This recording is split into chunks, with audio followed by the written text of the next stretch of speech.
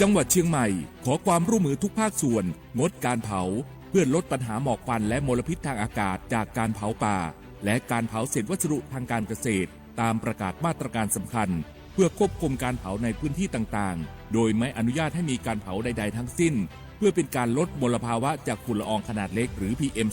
2.5 ตั้งแต่วันที่ 1 มกราคมถึง 31 พฤษภาคม 2569 หากจำเป็นสามารถลงทะเบียนขออนุมัติผ่านระบบไฟล์ดีและเบิร์นเช็คได้ฝ่าฝืนต้องระวังโทษจำคุกและปรับหรือทั้งจำทั้งปรับจังหวัดเชียงใหม่ส่งเสริมการใช้เทคโนโลยีในการจัดการขยะและเศษวัสดุทางการเกษตรเพื่อลดการเผาในอนาคตและสร้างสภาพแวดล้อมที่ดีขึ้นในระยะยาวหากพบเห็นการเผาในพื้นที่ห้ามเผาหรือพบผู้กระทำความผิดสามารถแจ้งข้อมูลได้ที่053-112-808หรือ191ตลอด24ชั่วโมง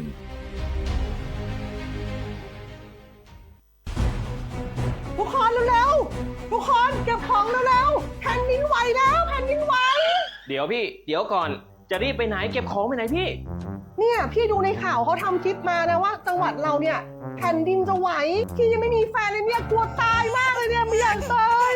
เอ้าพี่ไปฟังข่าวปลอมมาอีกแล้วเหรอทำไมพี่ไม่ไปดูข้อมูลแผ่นดินไหวที่แอป Earthquake หรือว่า Thai Disaster Alert เขาบอกข้อมูลหมดเลยว่าสถานการณ์แบบไหนระดับไหนต้องทำตัวยังไงบ้างอีกอย่างถ้ามือถือพี่ไม่มีเน็ตเนี่ยเขาจะมีเซลล์บอร์ดแคสต์ส่งข้อความแจ้งเตือนมาที่โทรศัพท์พี่โดยตรงเลยพร้อมข้อปฏิบัติด้วยเหลือแค่พี่ปฏิบัติตามนั่นแหละ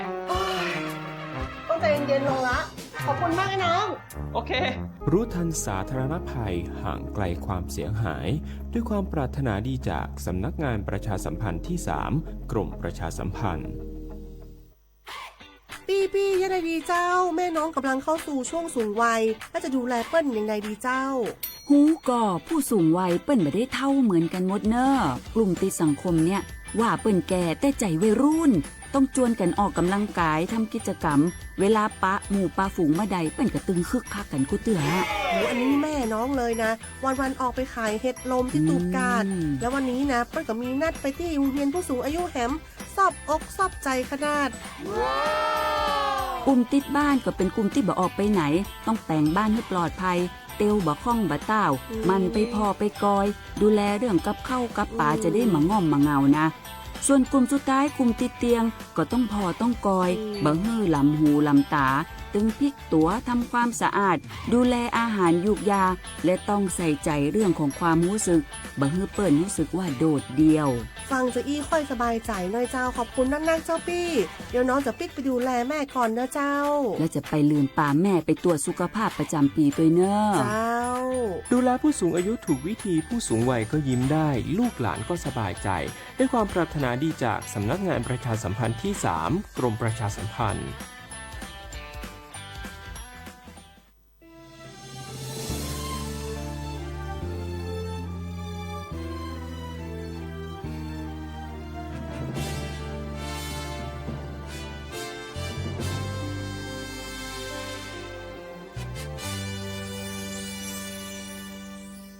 คือเอก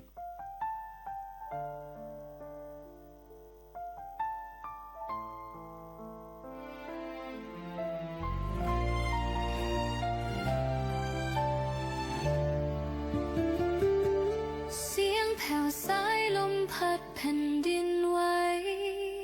ฟ้ามนในใจคนไทยทั้งหลายวันที่24ตุลาน้ำตารินรดแผ่นดินแม่ของแผ่นดินสิ้นแล้วองค์พระแม่หลวงหัวใจทั้งปวงสะท้อนสะเทือนสะท้านไว้เคยทอดพระเนตรประชาด้วยรักอาทรไม่ไกลวันนี้เหลือเพียงดวงใจรำพันถึงพระองค์น้ำตานองทั่วแผ่นดินไทยเมื่อฟ้าได้เรียกแม่กลับสู่สวงสวรรค์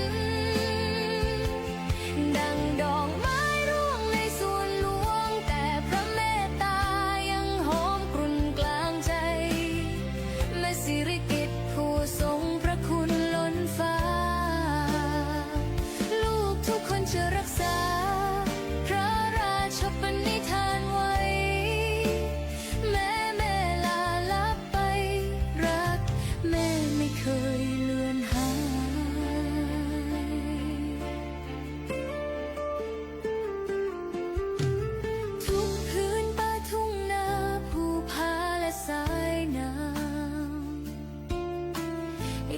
พร่ำเอ่ยนามพระแม่ของแผ่นดิน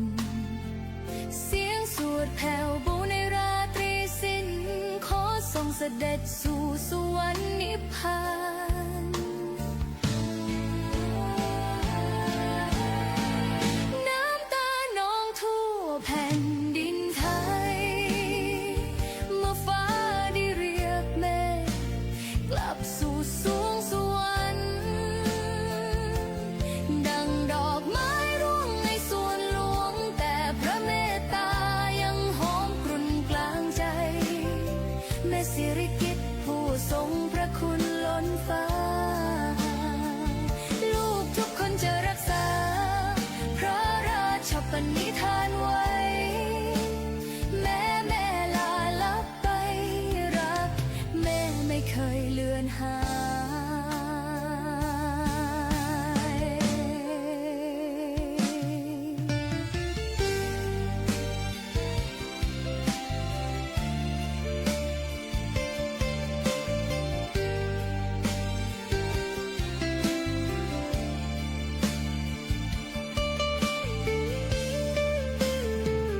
น้ำตานองทั่วแผ่นดินไทยหัวใจทุกดวงก้มกราบไหว้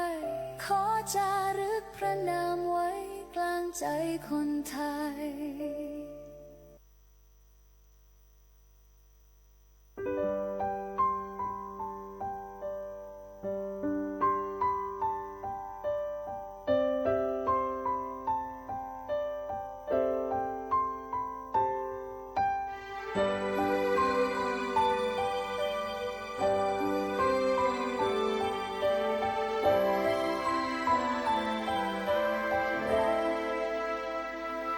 งดงามดุจดังดอกไม้สดใสชื่นใจเมื่อยามได้ยนต์งามกิริยาทุกเวลาทุกแห่งหนจิตใจอ่อนโยนของแม่ช่างงดงามมั่นคงดุจดังภูผาปะทะลมแรงหยุดพายุให้บางเบาแม่คอยป้องกันให้เรื่องร้ายบรรเทาดุจดังขุนเขาป้องเมืองให้พ้นภัย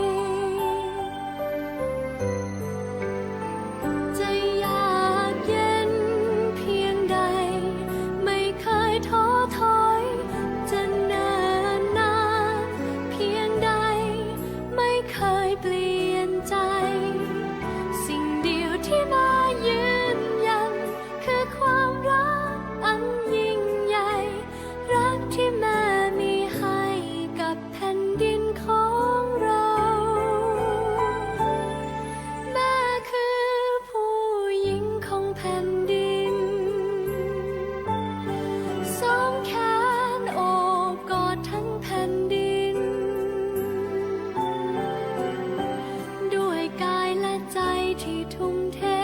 และด้วยรักแม่คือผู้หญิงของแผ่นดินไหลรินไม่เคยขาดสายหล่อเลี้ยงพื้นดินถิ่นไทยให้ชุ่มช่ำความอาทรที่เป็นประหนึ่งสายน้ำที่คอยดับภัยดับไฟให้ร่มเย็นจะยากเย็นเพียงใดไม่เคยท้อถอย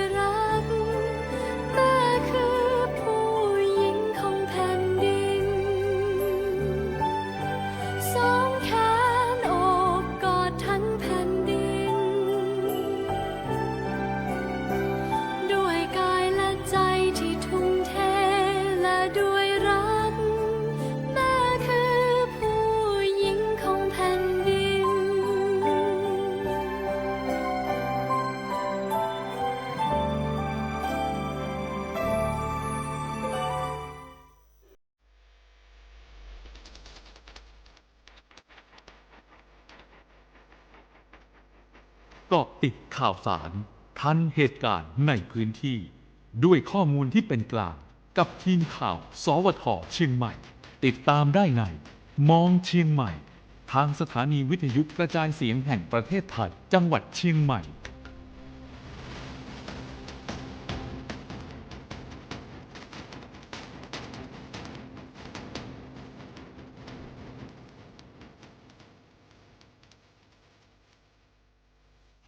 สวัสดีค่ะ ต้อนรับคุณผู้ฟังเข้าสู่รายการมองเชียงใหม่ค่ะ เพราะเชียงใหม่มีเรื่องให้มองมากกว่าที่คิด รวมจับประเด็นร้อนฟังเรื่องราวใกล้ตัวกับพวกเราทีมข่าว สวท.เชียงใหม่ เราเจอกันแบบนี้เป็นประจำใน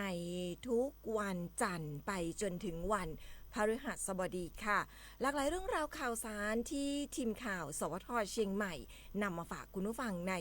รายการค่ะวันนี้เราเจอกันในวันอังคารที่ 24 เดือนมีนาคมพุทธศักราช 2569 ค่ะวันอังคารสีชมพูมาด้วยรอยยิ้มที่สดใสพร้อมกับอากาศที่สดใสแม้ว่าจะแอบร้อนสักนิดหน่อยแต่ก็ถือว่าสดใสนะคะคุณผู้ฟังสำหรับเช้านี้ทักทายคุณผู้ฟังที่ติดตามพวกเราผ่านทางคลื่น FM 93.25 เมกะเฮิรตซ์แห่งนี้แล้วก็ 98 เมกะเฮิรตซ์กันด้วยของกรมประชาสัมพันธ์ทักทายคุณผู้ฟังที่ติดตามพวกเราผ่านทางแฟนเพจ Facebook สวท.เชียงใหม่ PRD กันด้วยเห็นพวกเราดุกดิกกันมาสักพักหนึ่งแล้วจะคุยเมื่อไหร่นะคะอ่ะทักทายทุกท่านค่ะยังอยู่กับเราทีมข่าวสวท.เชียงใหม่ดิฉันพิมลกันเดชะชัยค่ะผมคมสันต์คำวงครับค่ะรายงานตัวสำหรับสัปดาห์นี้โอ้คุณเร็วเหมือนกันเนาะปลายเดือนวันอังคารสุดท้ายเลยไหมอังคารสุดท้ายของเดือนนี้ไหมครับไม่จะมีอีกอังคารหนึ่งใช่ไหมฮะจะมีอีกอังคารเนี่ยดิฉันก็อังคารที่31ใช่ไหมใช่ว่ามีอังคารนึงนะเดือนนี้มีอีก2ใช่ไหมเราจัดรายการอีก2วันคือวันจันทร์ที่30แล้วก็วันอังคารที่31ใช่แล้วก็ถึงจะเป็นแล้วก็ข้ามเมษาดิฉันก็แบบว่าคือดิฉันเนี่ยเข้าใจนะคุณดิฉันเข้าใจว่าเสาร์อาทิตย์นี้ด้วยความที่จำว่าเดือนนี้เป็นกุมภาพันธ์เข้าใจว่าเสาร์อาทิตย์นี้เนี่ยเป็นเสาร์อาทิตย์ที่ปลายเดือนจะตรงวันเสาร์และต้นเดือนจะตรงกับวันอาทิตย์แต่คือมันคือเดือนที่แล้วคุณกลับมาเราต้องกลับมาดิฉันมองว่าไวเหมือนกันนะคุณไวมากสำหรับรู้สึกว่าแป๊บๆยังแบบเขาดาวอยู่แฮปปี้นิวเยียร์นึกออกว่านี่จะสงกรานต์อีกแล้วใช่3 2 1กำลังจะแฮปปี้นิวเยียร์แต่ว่าโอ้โหนี้ก็มาเข้าเดือนที่3แล้วก็หลายคนหลายท่านก็มีการพูดคุยกันว่าสงกรานต์ปีนี้เชียงใหม่จะเป็นอย่างไรด้วยเหตุผลที่หลายๆเหตุผลอย่างที่เราทราบกันเรื่องแรกก็คือเรื่องของพลังงานเมื่อวานนี้เนี่ยประสบการณ์เรา2 คนขับตะเวนเติมน้ำมันเราออกจากที่นี่นะครับเอาจากที่ทำงานก็คือแถวโซนช้างคานนี่วนไปเติมน้ำมันครับเมื่อวานนี้ไปหลายที่มากๆเลยแล้วก็หลายที่ก็ติดป้ายว่าหมดนะน้ำมันหมดโดยเฉพาะดีเซลเมื่อวานเลยหาเติมดีเซลกันนะครับนู่นเลยนะครับเราวิ่งเส้นมหิดลเนี่ยมหิดลขึ้นไปแล้วก็ลงหนองหอยลงเส้นหนองหอยนะครับลงเส้นหนองหอยเสร็จแล้วก็ไปเลี้ยวขวาตรงเชิงสะพานนวรัตน์ลงถนนที่จะไปทางตลาดสัตว์ปักคอยเจริญเมืองครับไปทางนู้นก็หมดทุกปั๊มนะครับแล้วก็ออกซ้ายวิ่งเส้นซูเปอร์ไฮเวย์นะครับขาเข้าเชียงใหม่นะก็เต็มหลายๆปั๊มก็พยายามหานะครับในเว็บไซต์บ้างนะครับใน Facebook บ้างนะครับที่ท่านผู้ฟังอาจจะคอมเมนต์ไว้โอ้โหพี่เอ๋บนไปมาไปได้นู่นเลยนะครับปั๊มบางจากนะครับเส้นคันคลองชลประทานนะครับฝั่งที่มาจากแม่ริมแล้วกันฝั่งตรงข้ามเยื้องๆหรือว่าฝั่งตรงข้ามกับทางศูนย์ประชุมแล้วกันเนาะถ้าจะสังเกตได้ง่ายจะมีถึงบางจากก่อนที่จะถึงโรงแรมเชียงใหม่คุ้มภูคำก่อนถึงคุ้มภูคำมีหนึ่งปั๊มบางจากตรงนั้นรอดตายนะครับตอนนั้นก็ต้องบอกว่าเมื่อวานนี้เราเองก็ลองในเรื่องของแอปพลิเคชันที่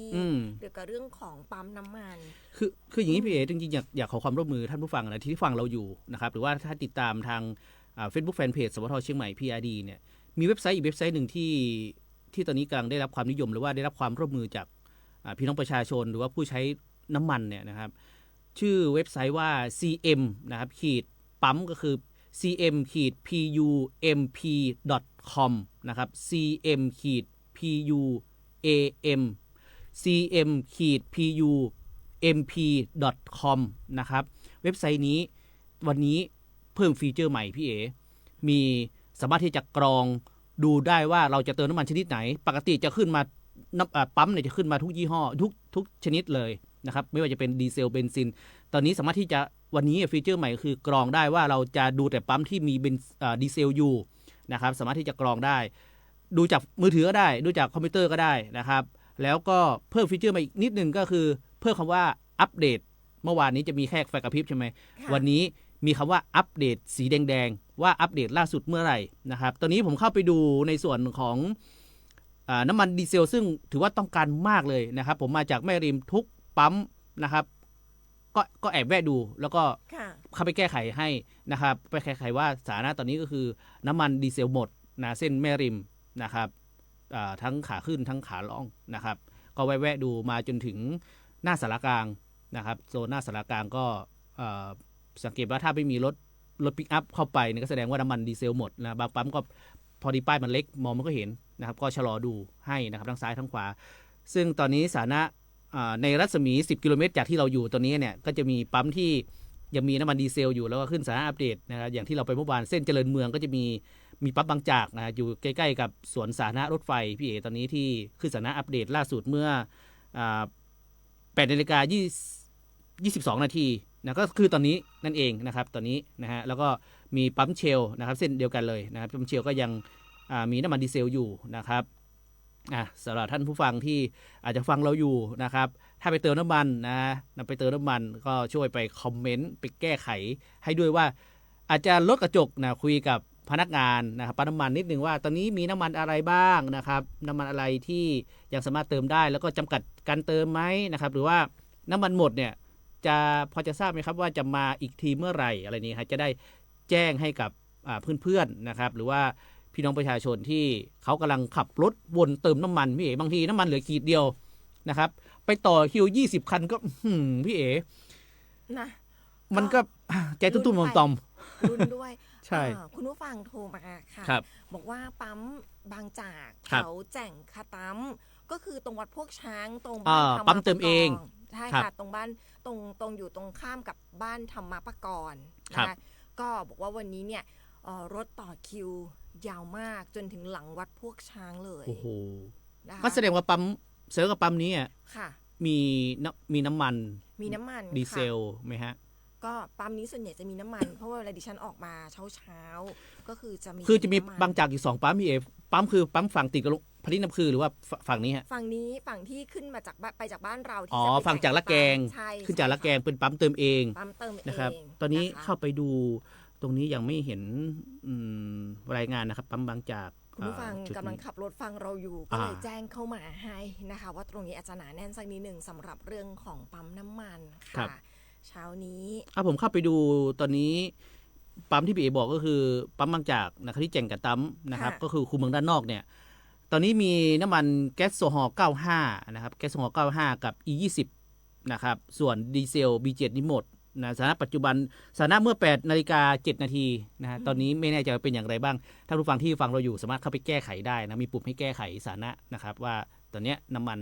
เหลืออะไรบ้างอะไรหมดค่ะก็ร่วมด้วยช่วยกันเป็นอีกหนึ่งเรื่องค่ะสำหรับในช่วงนี้นะคะร่วมด้วยช่วยกันแจ้งข่าวแจ้งเหตุแล้วก็ขอความร่วมมือนิดหนึ่งคุณผู้ฟังพอเข้าไปแก้แล้วเนี่ยอย่าไปแก้แบบแกล้งนะครับอันนี้คือแบบทุกคนคือได้รับผลกระทบเหมือนกันนะคะเพราะฉะนั้นเนี่ยอย่าเข้าไปแก้ด้วยความที่แบบอยากแกล้งอยากความคึกขนองไม่ได้นะฮะก็ตอนนี้ใช่ครับก็จะเป็นเครือข่ายที่ถือว่าความร่วมมือเนาะทุกภาคส่วนนะครับเขาก็มีเว็บไซต์ให้สามารถที่จะดูสถานะได้นะครับแล้วก็สามารถที่จะร่วมกันแก้ไขนะครับเพื่ออำนวยความสะดวกนะครับก็ทำให้ฟรีนะครับซึ่งก็เป็นถือว่าเป็นเว็บไซต์จิตอาสานะครับที่ทำให้อาสาค่ะใช่เชียงใหม่นั่นแหละฮะก็ใช่ ตอนนี้ก็แต่ละคนก็ได้รับความเดือดร้อนอย่างที่บอกไปบางทีน้ำมันเหลือขีดเดียวพี่เอถ้าไปจอดรอบางทีนะกลางวันอย่างเมื่อวานเราไปอากาศร้อนๆจะปิดเครื่องก็ไม่ได้นะครับก็ต้องติดเครื่องรอคือแถวยาวมากนะครับแต่ละที่อันนี้ก็เล่าสู่กันฟังค่ะเล่าประสบการณ์ที่เรา ไปมาเมื่อวาน นะคะก็ร่วมด้วยช่วยกันเนาะในเรื่องที่อาจจะต้องขอความร่วมมือเพราะเมื่อวานเนี่ยหลายปั๊มก็หมดอะไรอย่างเงี้ยนะคะคุณผู้ฟังแล้วก็อย่างที่บอกกันสิ่งเดียวที่ขอเลยก็คืออย่าคึกขนองเข้าไปแก้ด้วยเหตุผลที่ว่าโอ๊ยเดี๋ยวจะมีคนมาเติมเขียนหมดไปจะได้ไม่ต้องมีใครมาเติมอะไรอย่างเงี้ยเราก็ไม่รู้เนาะก็อยากให้ร่วมด้วยช่วยกันด้วยความร่วมไม้ร่วมมือค่ะคุณผู้ฟังมาต่อกันที่พยากรณ์อากาศกันดีกว่าค่ะอากาศก็ร้อนใจร่มๆนะคะ อย่าใจร้อนสัปดาห์นี้เข้าไปดูแล้วแบบว่าเรื่องของปริมาณฝนสะสมในพื้นที่เนี่ยไม่มีเลยนะคุณ25อำเภอหันไปดูแล้วเนี่ยแล้วก็กราฟิกของทางศูนย์อุตุนิยมวิทยาภาคเหนือเนี่ยช่วงนี้เนี่ยเป็นสีส้มเลยคุณแบบสีส้มแสดงออกถึงความร้อนแรงนะร้อนแรงของ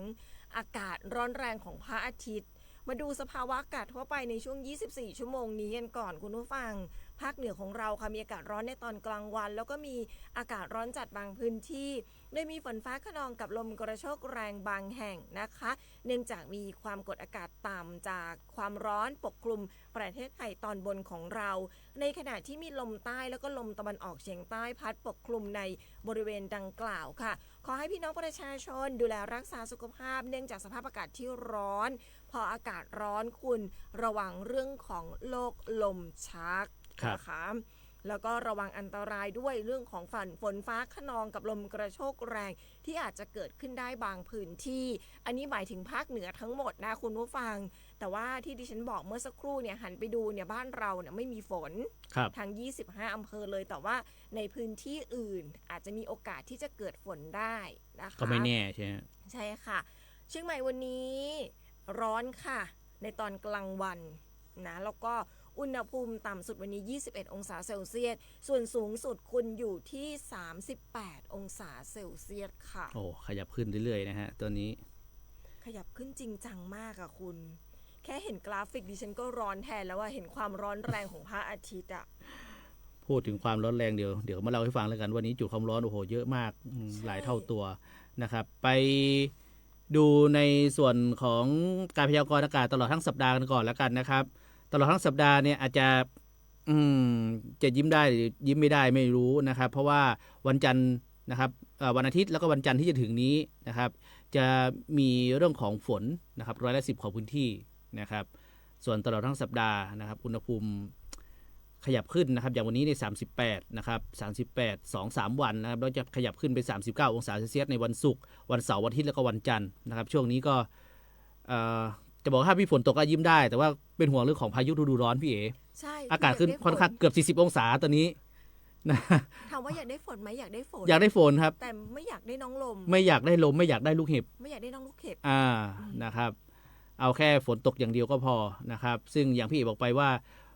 วันนี้นะครับค่อนข้างที่จะร้อนซึ่งผมไปดูในส่วนของจุดความร้อนแล้วก่อนละกันนะครับพี่เอ๋ก่อนที่จะไปดูเรื่องของค่าคุณภาพอากาศนะครับวันนี้เนี่ยจุดความร้อนนะครับที่จังหวัดเชียงใหม่ในรอบเช้านี่เกิดขึ้นทั้งหมด158จุดพี่เอ๋เช้านี้คุณผู้ฟังฉันเยอะมากคือแบบเยอะมากโดยเฉพาะตอนนี้อย่างที่เราคุยกันทุกครั้งคือพอเข้าสู่ช่วงปลายหน้าร้อนเนี่ยความจุดความร้อนจะขยับไปทางเหนือนะครับตอนนี้จุดความร้อนเยอะที่สุดที่แม่แตงครับ29จุดนะครับเชียงดาว28ดอยสะเก็ด14แม่วาง11เสมิง11หางดง10สันทราย9พร้าว9แม่อ่อนจอมทองฮอดอย่างละ7นะครับดอยเต่าและอมก๋อยอย่างละ6แล้วก็ชัยปราการและแม่แจ่มนะครับอย่างละ2จุดอันนี้เป็นจุดความร้อนที่เกิดขึ้นในรอบเช้าวันนี้นะครับซึ่งก็ได้รายงานตั้งแต่ช่วงตี 2นะครับของวันนี้ซึ่งศูนย์บัญชาการเหตุการณ์ของแต่ละอำเภอนะครับได้จัดเจ้าหน้าที่ลงตรวจสอบจุดความร้อนทั้ง158จุดแล้วนะครับจุดไหนที่เข้าถึงยากก็จะร้องขอนะครับอากาศยานนะครับที่จะบินทิ้งน้ำดับไฟครับพี่เอ๋ โอ้โหคุณช่วงสัปดาห์ที่ผ่านมาเนี่ยยังไม่ขึ้นถึง100นะมากสุดก็อยู่ที่ประมาณ80-90อย่างที่เราเห็นกันวันนี้ขึ้นไปถึง158แล้วก็สอดคล้องกับค่าคุณภาพอากาศที่ดิฉันหันไปพอดีพอคุณพูดถึงจุดความร้อนดิฉันก็ไปเปิดเรื่องของค่าคุณภาพอากาศโดยทันทีทันควันวันนี้ต่างจากเมื่อวานเยอะมากค่ะเมื่อวานเรายังคุยกันมีเขียวกับเหลืองใช่มีส้มบางจุดวันนี้เนี่ยต่างจากเมื่อวานเยอะมากคุณผู้ฟังสำหรับเรื่องของค่าคุณภาพอากาศปัจจัยเสี่ยงสำหรับให้เกิดค่าคุณภาพอากาศหรือ PM 2.5 ดิฉันว่าเราพูดทุกวัน1คือเรื่องของการเผา2คือเรื่องของอาจจะเป็นท่อไอเสียรถคือไม่ได้มีปัจจัยเรื่องของการเผาอย่างเดียวปัจจัยให้เกิดเรื่องของมลพิษเกิดได้หลายปัจจัยรวมถึงโรงงานอุตสาหกรรมด้วยแต่ปัจจัยหลักของบ้านเราก็จะเป็นในส่วนของการเผาในที่โล่งทุกชนิดนะคะไม่ว่าจะเป็นพื้นที่ชุมชนพื้นที่ป่าต่างๆเนี่ยก็ถือว่าเป็นพื้นที่ที่ห้ามเผาในตอนนี้เมื่อวานนี้ดิฉันพูดกับคุณคมสันบอกว่าโอ้โหคุณภาคอีสานหรือว่าภาคตะวันออกเฉียงเหนือเนี่ยส้มจ๋าเลยนะคะเหลืองน้อยวันนี้ส้มจ๋าของภาคอีสานนั้นได้มาเป็นส้มจ๋าของภาคเหนือแล้วนะคะวันนี้ค่าคุณภาพอากาศบ้านเราอ่ะเมื่อวานนี้ยังมีสีฟ้าวันเรายังมีดีมากที่แม่ฮ่องสอนแต่วันนี้ดีมากของเราไม่มีแล้วคุณผู้ฟังวันนี้มี3ระดับแต่เป็นระดับคุณภาพอากาศดีบางจุดเล็กน้อยเท่านั้นคุณภาพอากาศปานกลางก็เล็กน้อยเท่านั้นเท่าที่เห็นตอนนี้เนี่ยนะคุณผู้ฟังภาคเหนือตอนบนเนี่ยเขียวกับเหลืองเนี่ยไม่น่าจะเกิน1 2 3 4ไม่น่าจะเกิน7จุดส่วนที่เหลือค่าคุณภาพอากาศเริ่มมีผลกระทบแล้วทั้งหมดคุณเมื่อวานนี้ยังคุยกันว่าเหลืองเขียวพี่เอ๋เนี่ยผมไปเลื่อนดูเมื่อวานนี้จุดความร้อนเมื่อวานนี้พี่เอ๋เมื่อวานนี้จุดความร้อนทั้งจังหวัดเชียงใหม่ของเราภาคเช้าเนี่ยแค่33จุดเองนะใช่แต่วันนี้ขึ้น158มันขึ้นมาหลายเท่าตัวเลยนะครับโอ้ทำไงช่วงนี้นะครับแล้วก็ไฟก็ย้ายโซนไปโซนเหนือแล้วสิตอนนี้นะครับใช่ค่ะวันนี้นี่กรุงเทพมหานครปริมณฑลแล้วก็ภาคตะวันออกภาคตะวันตกวันนี้อยากคละด้วยเหลืองเขียวนะคะสีเขียวค่าคุณภาพอากาศดีสีเหลืองคือค่าคุณภาพอากาศปานกลางส่วนภาคใต้ค่ะจะเป็นฟ้าเขียวค่าคุณภาพอากาศเขาจะดีมากถึงมากที่สุดนะคะจนค่าคุณภาพอากาศดีค่ะมาเจาะดูบ้านเราค่ะคุณผู้ฟังต้องแจ้งเตือนทุกวันนะคะเพราะว่าค่าคุณภาพอากาศในช่วงนี้เนี่ยเริ่มมีผลกระทบแล้วกับทางด้านของพี่น้องประชาชนที่เป็นกลุ่มเสี่ยงกลุ่ม608เด็กเล็กผู้สูงอายุผู้ที่มีโรคเรื้อรังรวมถึงผู้ที่เป็นโรคภูมิแพ้นะจะรับได้เร็ว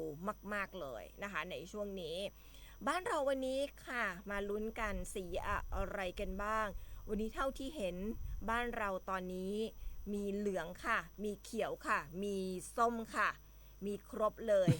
นะคะเขียวเหลืองส้มวันนี้เขียวจุดเดียวด้วยนะคะคุณคมสันไม่น่าเชื่อเลยอยู่ที่ตำบลศรีภูมิอำเภอเมืองจังหวัดเชียงใหม่อยู่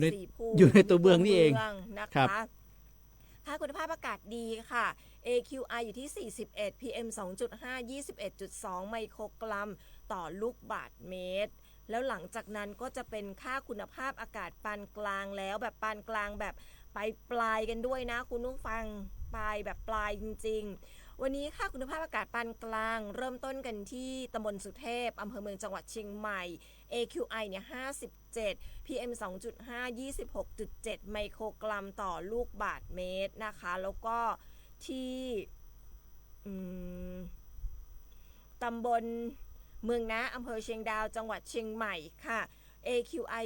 75 PM 2.5 อยู่ที่ 31.2 ไมโครกรัมต่อลูกบาศก์เมตรนะคะแล้วก็ที่ตำบลช่างเครื่องนะคะตำบลช่างเครื่องกับตำบลแม่แจ่มขออภัยค่ะตำบลช่างเครื่องอำเภอแม่แจ่มจังหวัดเชียงใหม่วันนี้ AQI อยู่ที่84 PM 2.5 อยู่ที่ 33.4 ไมโครกรัมต่อลูกบาศก์เมตรค่ะวันนี้ช้างเผือกเท่ากันเลยค่ะ PM 2.5 33.4 ไมโครกรัมต่อลูกบาศก์เมตร AQI 84นะคะ สำหรับในส่วนของตำบลช่างเคิ่มอำเภอแม่แจ่มและตำบลช้างเผือกอำเภอเมืองจังหวัดเชียงใหม่ค่ะวันนี้ค่าคุณภาพอากาศที่เริ่มมีผลกระทบต่อสุขภาพของประชาชนอยู่ที่ตำบลหางดงอำเภอฮอดจังหวัดเชียงใหม่ AQI ทะลุ100ไปแล้วอยู่ที่143ค่ะ PM 2.5 53.6 ไมโครกรัมต่อลูกบาศก์เมตรวันนี้บ้านเราเหลือเป็นเขียวจุดเดียวครับ อย่างน้อยก็มีเขียว อย่างน้อยก็มีเขียวตอนนี้โดนล้อมไปด้วยส้มกับเหลืองใช่แต่ว่าเมื่อวานนี้ยังมีเขียวหลายจุดนะคุณครับวันนี้นี่คือแบบเห็นภาพกราฟิกแล้วแบบก็เหมือนอีสานเลยวันนี้ก็จุดความร้อนเราเพิ่มขึ้นนะพี่เอ๋เมื่อวานนี้33วันนี้ขึ้นมา158นะขึ้นมา10เท่าตัวขึ้นมาเยอะมากครับเยอะชัดเจนตอนนี้จริงๆแล้วเรามีกิจกรรมดีๆนะเดี๋ยวช่วงปลายเดือนหน้าใช่ไหมปลายเดือนหน้าในช่วงเมษาเนี่ยก็มีกิจกรรมนะครับไปร่วมส่งกำลังใจให้กับพี่ๆนะครับที่ดับไฟป่านะครับเราก็จะไปทางอำเภอโซนเหนือนะครับไปทางอำเภอโซนเหนือเพราะว่าอย่างเราคุยกันก็คือตอนนี้สถานการณ์ไฟทางสายใต้เนี่ยนะครับก็น่าจะเบาบางกว่าทางสายเหนือนะครับเพราะว่าช่วงถ้านับยกเนี่ยยกที่3ของเราในโซนเหนือเป็นส่วนใหญ่ใช่ไหมครับไปทางโซนเหนือนะครับก็จะมีกิจกรรมนะครับเรื่องไฟป่านะครับของด้านสวทเชียงใหม่นะครับก็จะไปส่งมอบกำลังใจให้กับพี่ๆนะครับทางโซนเหนือนะรอบนี้เป็นทางโซนเหนือนะครับก็สามารถที่จะมาร่วมนะครับกิจกรรมกับเราได้นะท่านผู้ฟังที่ฟังเราอยู่นะครับก็สมมติก็จะเป็นเรื่องของน้ำดื่มนะครับเครื่องดื่มชูกำลังนะครับแล้วก็อาหารแห้งนะครับที่พี่ๆจะใช้ในการดำรงชีวิตนะครับในป่านะครับเพราะว่าบางส่วนเนี่ยพี่ๆเขาอยู่เฝ้าจุดนะครับในป่าเนี่ยพี่เอ๋เป็นเดือนนะครับไม่ค่อยได้ออกมาก็จะมีทีมที่จะส่งเสบียงนะครับเข้าไปในแต่ละจุดที่พี่ๆเฝ้าฐานอยู่ละกันนะครับอันนี้ก็เป็นกิจกรรมอีกหนึ่งกิจกรรมดีๆนะครับในปีนี้ของสวท.เชียงใหม่ครับค่ะน่าจะเป็นช่วงปลายเดือนเมษายนนะคะเดี๋ยวยังไงเรามีกิจกรรมอย่างไรเนี่ยขอให้สรุปจบแบบเสด็จน้ำต้องใช้คำว่าเสด็จน้ำมาก่อนดิฉันใช้คำแบบโบราณไปไหมคุณคือแบบเสด็จน้ำไปก่อนแล้วเราก้อยมาเล่าฟังว่าเราจะจัดงานจะได้กันนะคะแล้วก็มาร่วมด้วยช่วยกันค่ะคนละไม้คนละมือนะคะกับกิจกรรมของพวกเรานะคะเราจะไปร่วมด้วยช่วยกันกับพี่ๆสู้ไฟป่ากันค่ะเราไม่สามารถไปดับไฟป่าได้แต่เราสามารถสนับสนุนนะคะของใช้จำเป็นให้กับพี่ๆได้ด้วยนะคะทักทายคุณผู้ฟังค่ะคุณพงศักดิ์นะคะทักทายเรามาสวัสดีครับ2คนเสียงดีนะคะคุณสาธรนะคะทักทายเรายามเช้าวิเคราะห์เหตุต้นปลายให้คลายปมอย่าระทมรอชะตาพาขยายมัวต่อแถวรับส่วนบุญจนวุ่นวายเวลาหายเปล่าประโยชน์โทษชะตาก็อย่างที่บอกค่ะต้องตั้งสตินะคะแล้วก็ใช้เท่าที่จำเป็นเนาะใช้เท่าที่จำเป็นสำหรับในส่วนของพลังงานในช่วงนี้คุณสมชายทักทายเรามาสวัสดีครับดีเจสาวสวยน่ารักหนุ่มหล่อขวัญใจประจำเสมอนะครับนะคะแล้วก็คุณสมชายส่งสติกเกอร์รูปหัวใจมาเป็นกำลังใจให้เราค่ะคุณสุภาชัยค่ะทักทายเรามาสวัสดียามเช้าครับสุขสันต์วันอังคารครับสวท.เชียงใหม่นะคะแล้วก็ส่งสติกเกอร์รูปหัวใจมาเป็นกำลังใจให้เรานะคะคุณสมชายแซวดิฉันมาเพราะวันนี้ดิฉันแบบปากแดงมาก ปากแดงมากนะคะมาจากเขาเรียกฟิลเตอร์ฟิลเตอร์กล้องไหมฮะคุณจัญญาค่ะบอกว่าอากาศเย็นตอนเช้าแต่ PM 2.5 สีส้มนะคะ49 ไมโครกรัมต่อลูกบาศก์เมตรมีผลต่อสุขภาพค่ะแล้วก็ส่งคุณสมชายส่งสติกเกอร์รูปหัวใจเป็นกำลังใจให้เรา2คนสำหรับเช้านี้นะคะคุณสิรินันท์ทักทายเรามาสวัสดีวันอังคารสีชมพูค่ะดีเจเสียงเพราะค่ะแม่ทาอากาศร้อนมากส่งสติกเกอร์รูปดอกไม้มาเป็นกำลังใจให้เราด้วยนะคะคุณจัญญาก็ทักทายพูดคุยกับเรามาบอกว่าน้ำมันแพงสงกรานต์รถที่จะไปเล่นน้ำคงน้อยลงค่ะ หลายท่านก็พูดเหมือนกันว่ากิจกรรมแถวรอบคูเมืองเชียงใหม่จะเป็นอย่างไรหลายท่านอาจจะหันไปอยู่ที่บ้านเพิ่มมากขึ้นหมายถึงว่าใช้เวลากับครอบครัวอะไรประมาณนี้นะคะคุณตายค่ะทักทายเรามาบอกว่าสวัสดีเจ้าคุณดีเจหนุ่มสาวทีมงานและทุกท่านเช้านี้อากาศเย็นๆเจ้าพอไปตั้งบนดอยยังมีความเขียวขจีอยู่เจ้ากลางวันร้อนเจ้าเห็นข่าวที่ประเทศลาวลูกเห็บตกนักขนาดเนาะเจ้าน้ำมันกับคนรอเติมแต่ละปั๊มยาวเหยียดส่งกรานคนถ้าจะบอกออกบ้านไปแอลไหนกันแล้วก็เจ้านะคะ หลายท่านนะคะตอนนี้ก็เป็นห่วงนะครับ เป็นห่วงค่ะคุณตายบอกว่าช่วยแชร์เจ้าขอบพระคุณค่ะคุณพระเครื่องทั่วไทยนะคะส่งสติกเกอร์กระจายเสียงมาเป็นกำลังใจให้เราคุณสมชายบอกว่าให้ดิฉันพูดภาษาอุกกำเมืองบ้างม่วนดี แล้วก็ทางคุณคมสันใช่ไหมคุณแปะปั๊มไปให้แปะปั๊มไปให้ครับแปะปั๊มไปให้นะเช็คอัปเดตเรื่องของน้ำมันครับคุณสุคนค่ะบอกว่าสวัสดีเจ้าสันปะตองเจ้านี้อากาศเย็นกว่าทุกวันเจ้านะคะคุณวารินสวัสดีมีความสุขค่ะหมู่บ้านโครงการไลฟ์ตอนเช้าอากาศดีแต่ตอนบ่ายร้อนมากค่ะดูแลสุขภาพกันด้วยนะคะเช่นเดียวกันค่ะดูแลสุขภาพร่างกายในระยะนี้คุณวารินส่งสติกเกอร์รูปหัวใจมาเป็นกำลังใจให้เราคุณนึกคนเลี้ยงแมวบอกว่าลุนหวัดครับเช้ายังเย็นอยู่เนาะเรื่องน้ำมันผมกินเบนซิน95ยังแขวนน้อยรถผมรถผมไม่ใช่ผมกินนะขออภัยค่ะรถผมกินเบนซิน95ยังแขวนน้อยปั๊มกาดาวใกล้บ้านมีครับบ่เดือดฮ้อนตะใดเพราะส่วนใหญ่เอารถเครื่องไปยะกานครับรถเครื่องเนี่ยเอารถเครื่องไป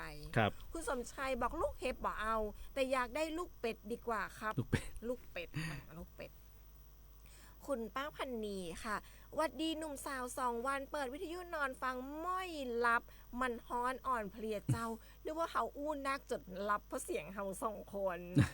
บอกว่าฮ้อนเกินยะใดอันตรายแต่ระวังเรื่องของสโตรกนะคะช่วงนี้คุณน้อยค่ะส่งสติกเกอร์รูปหัวใจเป็นกำลังใจให้เรานะคะเช่นเดียวกับคุณสิทธิชัยค่ะส่งสติกเกอร์รูปหัวใจขออภัยค่ะส่งสติกเกอร์รูปดอกไม้มาเป็นกำลังใจให้เราคุณตายค่ะบอกว่าปากอุโมงค์เขื่อนแม่กวงคนมาแอลกันนักขนาดเจ้าปีที่แล้วเจ้าถิ่นบอกไปแอลคนเต็มแอดต่างถิ่นมากันนักขนาดเจ้านะคะก็เป็นหนึ่งสถานที่ที่ทางด้านองค์การบริหารส่วนจังหวัดเชียงใหม่นะครับร่วมกับภาคเอกชนนะครับแล้วก็หน่วยงานราชการนะครับปีนี้อย่างที่คุณพี่ต่ายเนี่ยบอกไปก็คือมีการบริหารจัดการพื้นที่นะครับให้มีความเป็นระเบียบเรียบร้อยไม่ว่าจะเป็นที่จอดรถที่ทิ้งขยะนะครับแล้วก็เรื่องของร้านอาหารนะครับหรือว่าห้องน้ำนะครับปีนี้ซึ่งก็ถือว่าเป็นการบริหารจัดการพื้นที่แล้วก็สร้างรายได้ให้กับพี่น้องประชาชนในพื้นที่ด้วยนะครับก็คลายร้อนพี่เอ๋ไปคลายร้อนกันที่นี่นะครับค่ะทางด้านของโครงการส่งน้ำและบำรุงรักษาในกวงอุดมธาราเองเนี่ยก็ได้มาดำเนินการในส่วนของปากอุโมงค์เขาก็จะมีรั้วกั้นนะคุณผู้ฟังแล้วก็มีป้ายแจ้งเตือนว่าจุดไหนที่น้ำลึกจุดไหนที่น้ำเล่นได้เล่นไม่ได้ก็อย่าดื้อต้องบอกอย่าบดีดื้อเนอะบดีดื้อใช่อย่าไปคึกขนองถึงแม้ว่าจะมีเจ้าหน้าที่ดูแลนะครับแต่ว่าเจ้าที่ก็อาจจะไม่เพียงพอดูไม่ทั่วถึงนะครับโดยเฉพาะเด็กๆนะครับผู้ปกครองที่พาเด็กๆไปนะครับละสายตาไปได้เลยเนอะแป๊บเดียวนะครับเรื่องเด็กจมน้ำนะเรื่องหน้าร้อนช่วงนี้ปิดเทอมนะครับก็ฝากพ่อแม่ผู้ปกครองด้วยนะครับช่วงนี้ปิดเทอมอากาศร้อนอย่างที่บอกไป 38-39 องศาเด็กๆอาจจะพากันไปเล่นน้ำตามเขาเรียกสระน้ำสระที่เป็นบ่อทางการเกษตรนะครับแหล่งน้ำธรรมชาติหรือว่าเล่นน้ำปิงช่วงนี้นะครับซึ่งบางจุดเนี่ยอาจจะลึกนะครับถ้าเด็กๆแอบไปเล่นเนี่ยอาจจะถ้าโชคดีมีคนพบเห็นก็อาจจะช่วยได้ทันนะครับแต่ถ้าโชคไม่ดีนะครับไม่อยากให้เกิดความสูญเสียนะครับตอนนี้ต้องฝากพ่อแม่ผู้ปกครองเนาะเตือนเด็กๆนะครับในช่วงนี้นะเรื่องของน้ำเรื่องของไฟก็ระมัดระวังอย่างเช่นถ้าด้านตรงปากอุโมงค์คุณคือพอน้ำไหลออกมาจากเขื่อนเขาจะเหมือนแบบมีการกระแทกแล้วหมุนวนอันนี้คือเป็นลักษณะของน้ำเนาะเพราะฉะนั้นจุดนั้นน่ะ พยายามอย่าดื้อเข้าไปเล่นเพราะว่าทางเขื่อนเองเขาก็มีการตั้งป้ายแล้วก็มีการล้อมไว้นะคะก็มีการตั้งป้ายตั้งจุดเตือนว่าห้ามเข้าในพื้นที่ดังกล่าวก็จะร่วมด้วยช่วยกัน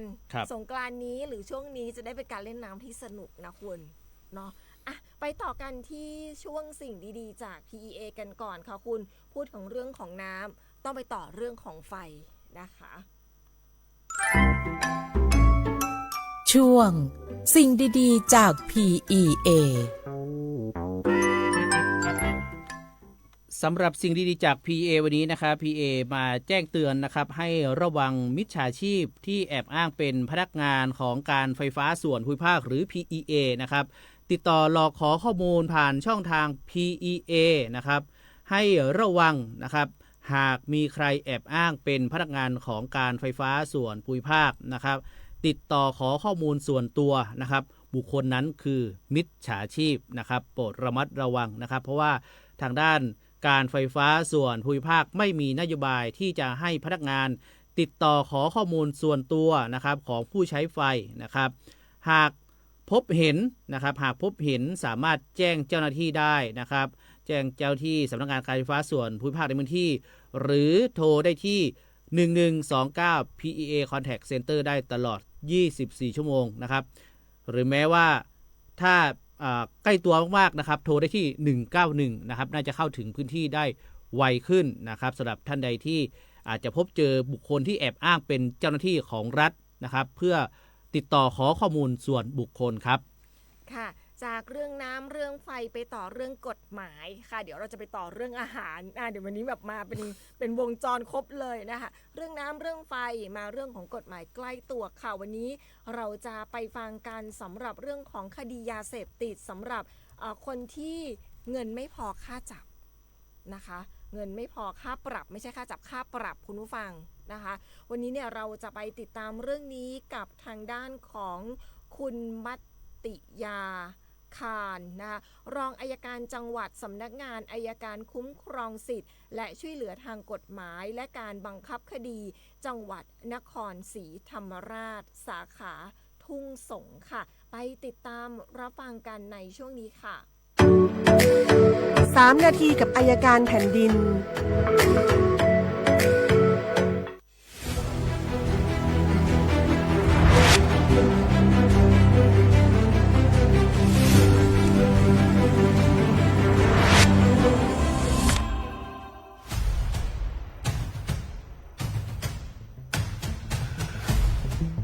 คดียาเสพติดไม่จบแค่ติดคุกเพราะทรัพย์สินที่มีอยู่อาจถูกยึดเพื่อชำระค่าปรับไปหาคำตอบที่ชัดเจนใน3 นาทีกับอัยการแผ่นดินในคดีความผิดเกี่ยวกับยาเสพติดนะคะนอกจากที่ทางจำเลยนะคะจะต้องถูกยึดทรัพย์สินที่เป็นทรัพย์สินที่เกี่ยวเนื่องกับการกระทำความผิดร้ายแรงเกี่ยวกับยาเสพติดแล้วเนี่ยค่ะก็ยังมีกรณีของการที่จำเลยอาจจะถูกริบทรัพย์สินเพื่อใช้ค่าปรับตามคำพิพากษาด้วยนะคะในกรณีหากเป็นการริบทรัพย์สินนะคะที่เกี่ยวเนื่องกับการกระทำความผิดร้ายแรงเกี่ยวกับยาเสพติดนะคะก็คือเป็นกรณีที่เจ้าพนักงานตำรวจอาจจะยึดทรัพย์สินของทางจำเลยได้นะคะโดยมีการพิสูจน์ได้ว่าทรัพย์สินดังกล่าวเนี่ยค่ะเป็นทรัพย์สินที่เกี่ยวเนื่องกับการกระทำความผิดร้ายแรงเกี่ยวกับยาเสพติดนะคะโดยจำเลยนะคะไม่สามารถจะพิสูจน์ได้ว่าเป็นทรัพย์สินที่มีอยู่แล้วก็ได้มาเกินกว่าความสามารถในการประกอบอาชีพหรือว่ากิจการอย่างอื่นโดยสุจริตนะคะซึ่งทรัพย์สินเหล่านี้ก็จะเป็นถูกยึดเหมือนกันนะคะแต่ในกรณีหนึ่งก็คือว่ากรณีที่ศาลได้มีคำพิพากษาลงโทษจำคุกจำเลยแล้วก็มีการพิพากษาลงโทษปรับจำเลยด้วยนะคะในกรณีนี้เนี่ยจำเลยอาจจะต้องถูก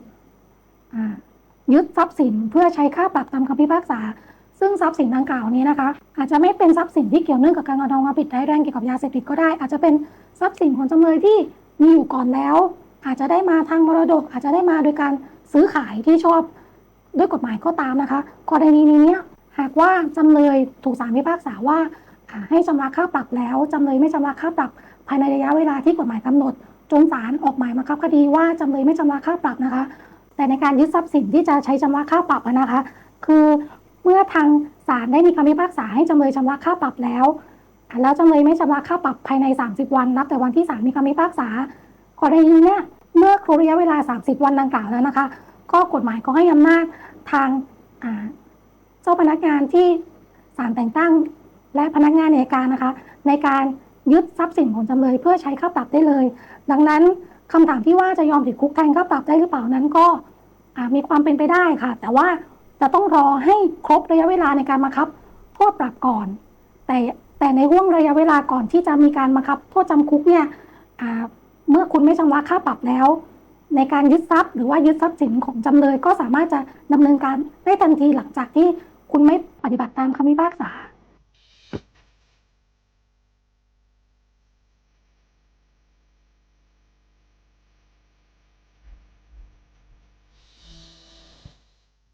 เป็นอีกหนึ่งกฎหมายนะคะที่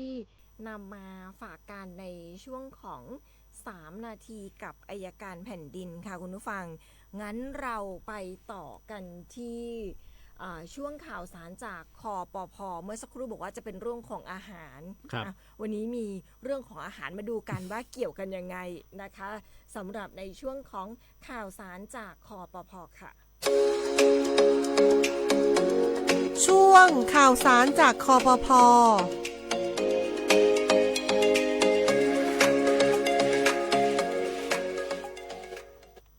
ข่าวสารจากคปภ.วันนี้ค่ะคุณผู้ฟังอย่างที่บอกกันตั้งแต่ช่วง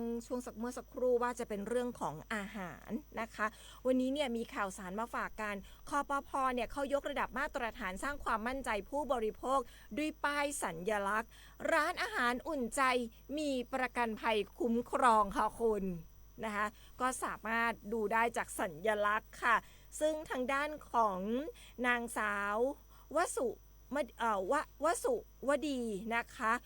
รองเลขาธิการคปภ.ค่ะได้กล่าวถึงที่มาของโครงการนะคะบอกว่าประเทศไทยของเราเนี่ยก็มีร้านอาหารเนี่ยเยอะแยะมากมายเลยค่ะแล้วก็มีผู้เข้าใช้บริการในแต่ละวันเนี่ยเป็นจำนวนมากจึงมีโอกาสเกิดเหตุไม่คาดคิดภายในร้านอาหารได้โครงการดังกล่าวจึงมุ่งส่งเสริมให้ผู้ประกอบการร้านอาหารนำระบบประกันภัยเข้ามาช่วยบริหารความเสี่ยงแล้วก็แสดงความใส่ใจต่อผู้ใช้บริการโดยร้านอาหารที่เข้าร่วมโครงการจะได้รับตราสัญลักษณ์เพื่อให้ลูกค้าสามารถสังเกตแล้วก็ตัดสินใจเลือกใช้บริการได้อย่างมั่นใจค่ะซึ่งมี2รูปแบบความคุ้มครองได้แก่ร้านอาหารที่ทำประกันภัยความรับผิดชอบต่อบุคคลภายนอกค่ะจะได้รับตราสัญลักษณ์รับรองในรูปแบบสติ๊กเกอร์นะคะ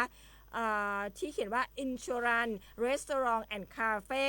ที่ให้ความคุ้มครองกรณีบาดเจ็บทางร่างกายหรือว่าเสียชีวิตทรัพย์สินเสียหายรวมถึงค่าใช้จ่ายในการต่อสู้คดีเช่นลูกค้าลื่นล้มในร้านคุณหรือทรัพย์สินของลูกค้าเสียหายจากเหตุในร้านเป็นต้นแล้วก็ร้านอาหารที่ทำประกันความรับผิดชอบต่อบุคคลภายนอกซึ่งครอบคลุมความเสียหายที่เกิดขึ้นจากการจำหน่ายหรือให้บริการอาหารและเครื่องดื่มรวมถึงกรณีอาหารเป็นพิษโดยจะได้รับตราสัญลักษณ์เป็น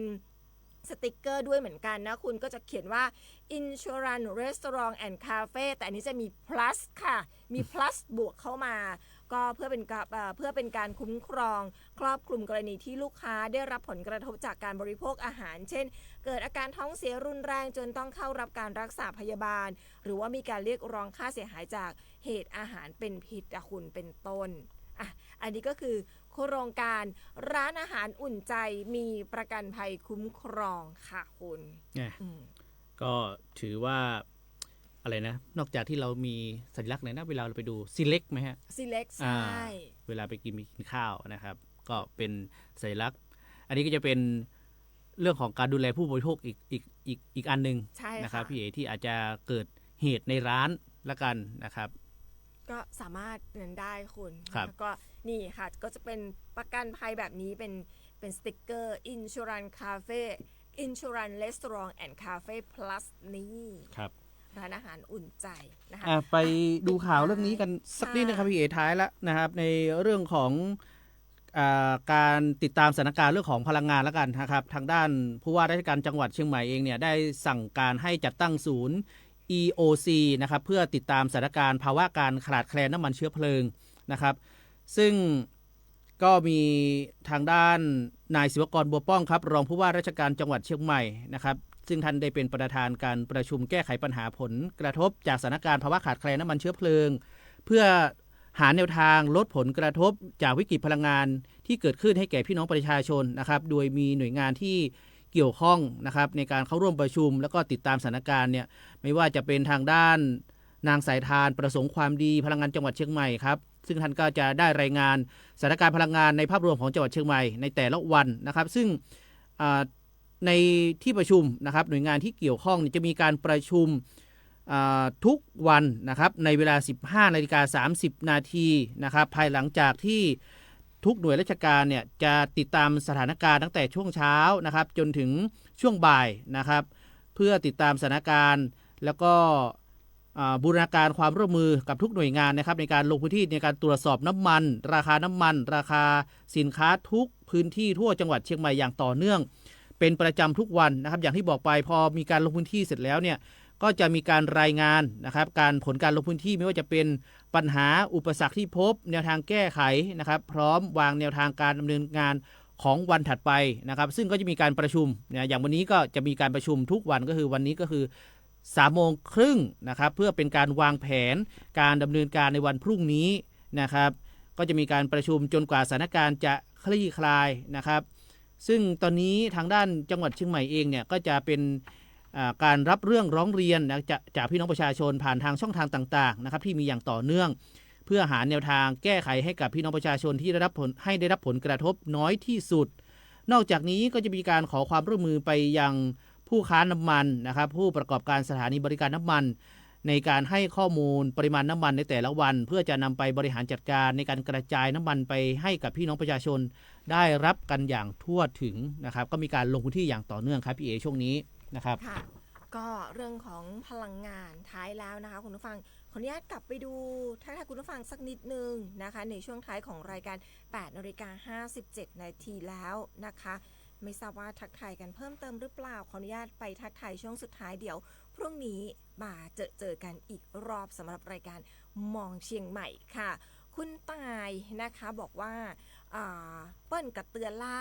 ยังจะไปเล่นพื้นที่เสี่ยงบดีไปเล่นกันเจ้าพื้นที่เสี่ยงค่ะก็น่าจะเป็นเรื่องของปากอุโมงค์ที่เขื่อนแม่กวงอุดมธารานะคะก็อย่างที่บอกกันค่ะหน้าร้อนระมัดระวังกันในเรื่องของสโตรกเรื่องของลมชักโรคลมชักสำหรับผู้ที่มีกิจกรรมกลางแจ้งนานๆนะคะก็ระมัดระวังเรื่องนี้ด้วยแล้วก็ใครที่ไปเล่นน้ำเด็กๆก็ต้องมีผู้ปกครองไปด้วยนะคุณคือแบบพอลันหูลันตาแป๊บเดียวพี่เอ๋เด็กกับน้ำเนาะก็เป็นแนวโน้มนะคะสำหรับช่วงปิดเทอมก็จะมีการแจ้งเตือนกันเรื่องของการไปเล่นน้ำไม่ใช่เฉพาะเด็กนะคุณผู้ใหญ่ก็ไปผู้ใหญ่ก็ด้วยนะคะแล้วก็เรื่องของสุราเรื่องของแอลกอฮอล์บางทีเนี่ยดื่มแอลกอฮอล์ไปเล่นน้ำอันนี้ก็เป็นความเสี่ยงนะครับเรามาระวังกันด้วยวันนี้ทิ้งท้ายด้วยเรื่องนี้แล้วกันเดี๋ยวพรุ่งนี้กลับมาพูดคุยกันกับข่าวสารในพื้นที่มีการรายงานเรื่องของพลังงานในช่วงนี้นะคะจะเล่าสู่กันฟังเราไปเจออะไรมาบ้างนะคะไปให้ทุกวันแล้วครับนะคะวันนี้เราไปกันก่อนสวัสดีค่ะสวัสดีครับ